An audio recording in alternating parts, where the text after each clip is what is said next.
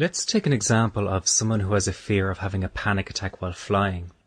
Mark is a businessman for a Fortune 500 company. His work requires him to travel several times each year to his company's head office, which is a 2-hour flight from his city. He's 35 years of age and never had a problem flying until he experienced his first panic attack 5 years ago. Even though the panic attack occurred in a restaurant, he developed a fear that it may happen again. This fear is particularly strong while flying. You will see here his first flight after having learned the one move technique. As the cabin crew prepare the doors for departure, anxious thoughts flash in front of Mark's mind. He has a tendency to imagine all kinds of medical problems he might have 30,000 feet in the air. His predominant fear is that his nervousness will escalate to a severe panic attack, and he will not be able to control himself. To quiet those fears, he reminds himself that he has learnt a new approach, and he is determined that this flight will be different.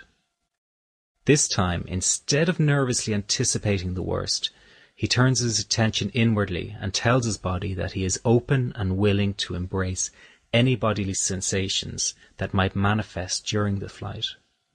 This approach is new and freeing because it allows his body permission to experience different sensations without him overreacting.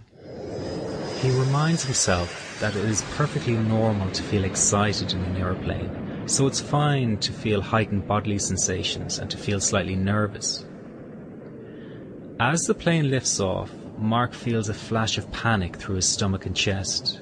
His heart suddenly beats fast and his throat and chest muscles tense.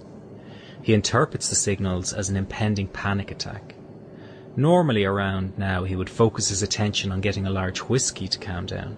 This time, however, is different, as he now has a new, more empowering approach to deal with the fear.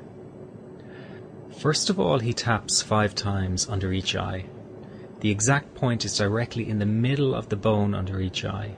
This is an acupuncture point that releases tension and fear held in the stomach.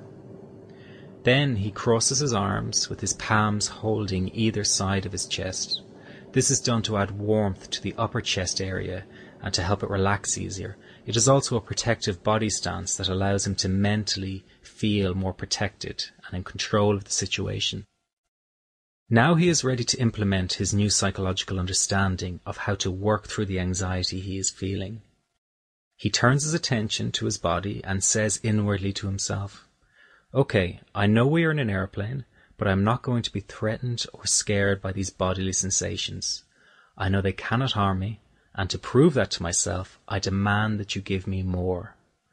Let's see how fast my heart can really beat. Go ahead, heart, you are free to beat as fast as you like. My legs and arms are tingling with pins and needles. That's fine, that doesn't worry me. Let's have more of that and make it more intense, right now." Like an orchestra conductor, he is allowing the symphony of sensations and emotions to play themselves out in his body and mind. By doing this, he allows the sensations to be present without getting fearful. Not only is he allowing them to be present, but most crucially of all, he is in fact demanding that some of them get worse. This is a new position of power he is placing himself in. Before, he was doing everything he could to block the sensations out. Now he is giving them freedom to be, and by doing so he flows with the experience instead of against it. All his body really wanted to do was express his anxiety about flying physically. By giving his body full permission to do so, he does not create any additional stress or psychological friction.